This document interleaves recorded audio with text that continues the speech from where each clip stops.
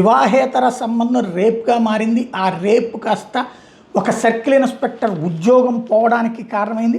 మహిళ మీద అత్యాచారం కేసులో నిందితుడు ఉన్న సిఐ చెన్నమల్లయ్యకు సుప్రీంకోర్టులో చుక్కెదిరింది. ఈ కేసులో ముందస్తు బెయిల్ పిటిషన్ ఇవ్వడానికి నిరాకరించింది. తన ముందస్తు బెయిల్ పిటిషన్ కొట్టేస్తూ ఏపీ హైకోర్టు గత నెల 14న జారీ చేసిన ఉత్తర్వులను సవాల్ చేస్తూ ఆయన దాఖలు చేసిన పిటిషన్ సుప్రీంకోర్టు కొట్టేసింది. జస్టిస్ విక్రమనాథ్, జస్టిస్ విఎస్ మోహనాలతో కూడిన ధర్మాసనం బుధవారం ఈ మేరకు ఉత్తర్వులు జారీ చేసింది. తొలుత చెన్నమల్లయ్య తరపు న్యాయవాది వాదనలు వినిపిస్తూ ఫిర్యాదుదారు పిటిషనర్ మధ్య పరస్పర అంగీకారపూర్వకమైన సంబంధాలు ఉన్నాయని చెప్పారు.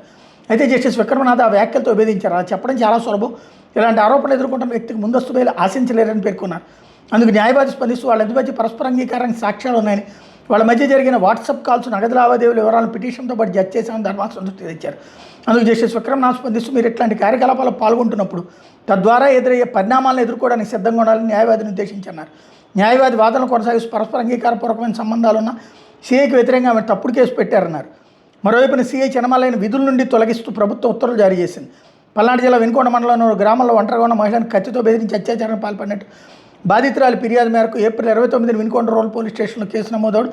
తాజాగా అతను విధుల నుంచి తొలగిస్తూ గుంటూరు రేంజ్ ఐజీ కార్యాలయం నుంచి ఉత్తర్వులు వెలువడ్డాయి.